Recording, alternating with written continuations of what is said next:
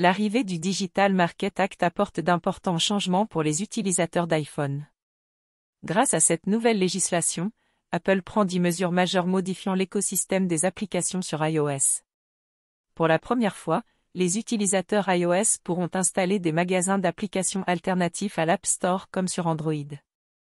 Ces boutiques devront obtenir l'approbation d'Apple avant d'être téléchargées. Les utilisateurs choisiront ensuite s'ils acceptent d'installer des apps en dehors de l'App Store. Les développeurs bénéficieront de plus de flexibilité dans leur choix de paiement.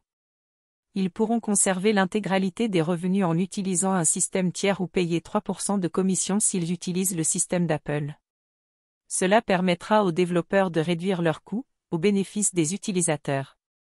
Pour renforcer la sécurité malgré ces changements, Apple surveillera étroitement la distribution des applications, même celles installées hors App Store. Toutes devront être notariées par Apple. Cette surveillance protégera les utilisateurs contre les logiciels malveillants tout en permettant plus de choix. Parmi les autres mesures prises, les utilisateurs iOS 17.4 pourront choisir leur navigateur par défaut lors de la première utilisation de Safari. Ils auront également la possibilité de modifier leur client de messagerie par défaut, comme le populaire Gmail. L'App Store s'ouvrira enfin au cloud gaming à l'international, avec des applications dédiées à des services leaders comme GeForce Now et Xbox Game Pass. Les joueurs iOS disposeront ainsi des mêmes bibliothèques de jeux que sur les autres plateformes. En outre, dans l'espace économique européen, Apple autorisera l'intégration de paiements sans contact tiers dans les applications, offrant aux développeurs une solution de paiement alternative conviviale. Bien que ces changements semblent avantager Apple financièrement, ils constituent une avancée majeure pour les utilisateurs d'iPhone européens. Ces derniers bénéficieront de davantage de choix et de liberté dans leur expérience iOS quotidienne. Les développeurs pourront également explorer de nouveaux modèles économiques. Apple a toutefois mis en place des frais et règles strictes qui questionnent sur l'impact financier réel pour les développeurs. Le géant américain semble vouloir conserver un contrôle étroit sur son écosystème appli, même si le exige plus d'ouverture.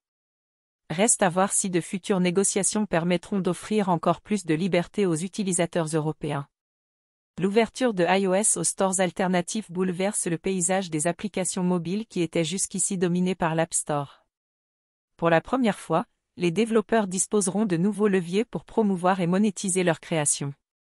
Les utilisateurs iOS bénéficieront eux de choix élargis dans leur téléchargement et réglage par défaut. Ces 10 mesures majeures marquent le début d'une nouvelle ère pour les utilisateurs d'iPhone en Europe. Bien qu'Apple conserve un contrôle certain, ces avancées leur offriront des possibilités inédites d'explorer et de personnaliser leur écosystème mobile favori.